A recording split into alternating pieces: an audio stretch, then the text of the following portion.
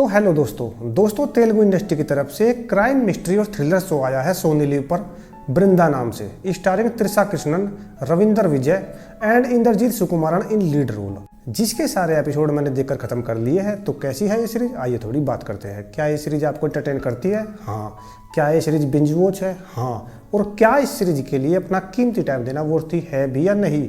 हाँ भाई हाँ। तो बिना टाइम वेस्ट के शुरू करते हैं। वेल हेलो, मेरा नाम है अशोक कुकर और आप देख रहे हैं कुकर रिव्यू पॉइंट।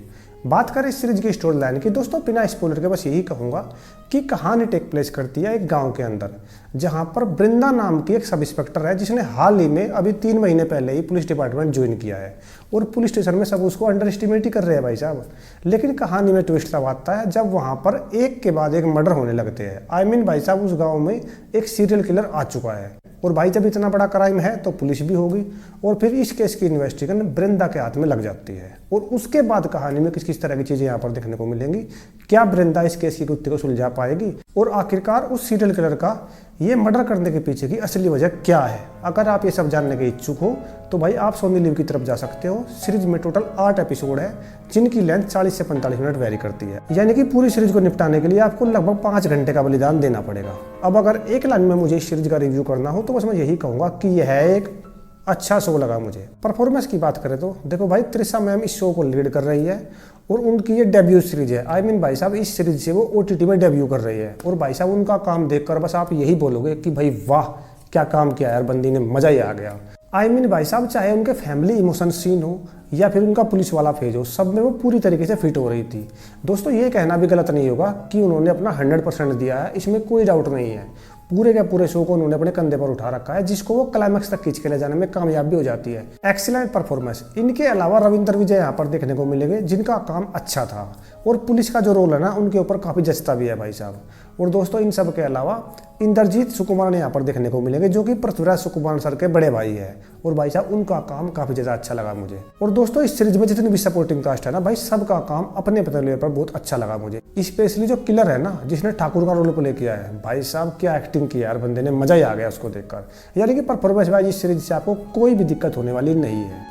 बात करें पॉजिटिव की, देखो दोस्तों इस सीरीज का जो प्लॉट है ना वो काफ़ी अच्छा लगा मुझे और उसको जिस तरीके से इन्वेस्टिगेट किया गया है वो चीज़ें यहाँ पर देखने लायक थी। और भाई साउथ इंडस्ट्री की सबसे अच्छी बात मुझे यही लगती है कि इसमें जो हीरो होता है ना उसको ज़्यादा ओवर द टॉप नहीं दिखाया जाता है। भाई साहब यहाँ पर बृंदा है, वो इस केस को लीड कर रही है लेकिन उसको पुलिस वाले बिल्कुल भाव नहीं देते हैं भाई साहब। भाई साहब उसकी हर जगह इंसल्ट करते रहते हैं लेकिन फिर भी वे अपने काम में फोकस करके लगी रहती है और यही चीज़ें इस शो को यूनिक बनाती है। लेकिन अगर यही शो अपने बॉलीवुड में आया होता ना तो उसमें किस लेवल का हीरोइज्म देखने को मिलता आप समझ ही सकते हो।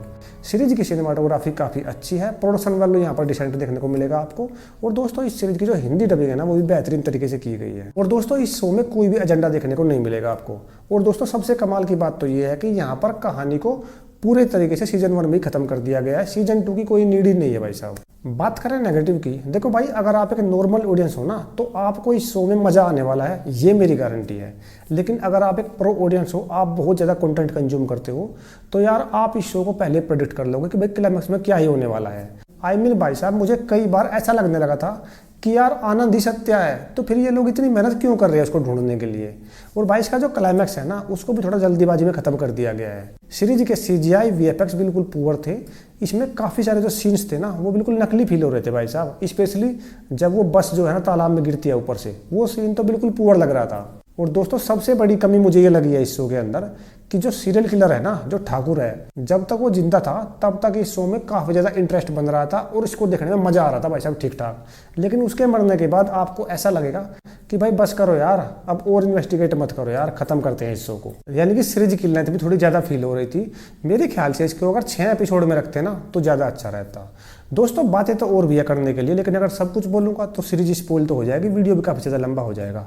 तो ऑल इन ऑल यह है एक अच्छा शो है लेकिन मास्टरपीस नहीं है। तो अगर आप इस शो से मास्टरपीस की उम्मीद लगाकर जा रहे हो तो भाई साहब आप डिसअपॉइंट हो सकते हो। यह एक ठीक ठाक टाइम पास शो है जो आपका अच्छा खासा टाइम पास करा देगा, ये मेरी गारंटी है। रही बात पेरेंटल गाइडलाइन की, शो में एक किसिंग सीन है और एक दो जगह गाली देखने को मिलेगी, तो इससे इतना बड़ा इशू नहीं है, तो आप इस शो को अपनी फैमिली के साथ भी आराम से एंजॉय कर सकते हो। दोस्तों मेरी तरफ से इस शो को मिलेंगे 3.5 आउट ऑफ 5 स्टार। तो दोस्तों ये था मेरा रिव्यू वृंदा के ऊपर। अगर आपको ये वीडियो अच्छा लगा हो तो प्लीज़ एक लाइक और सब्सक्राइब जरूर कर दो यार, इसमें कोई पैसे थोड़े लगते हैं। तो आज के लिए बस इतना ही, मिलते हैं अगले वीडियो में, बाय।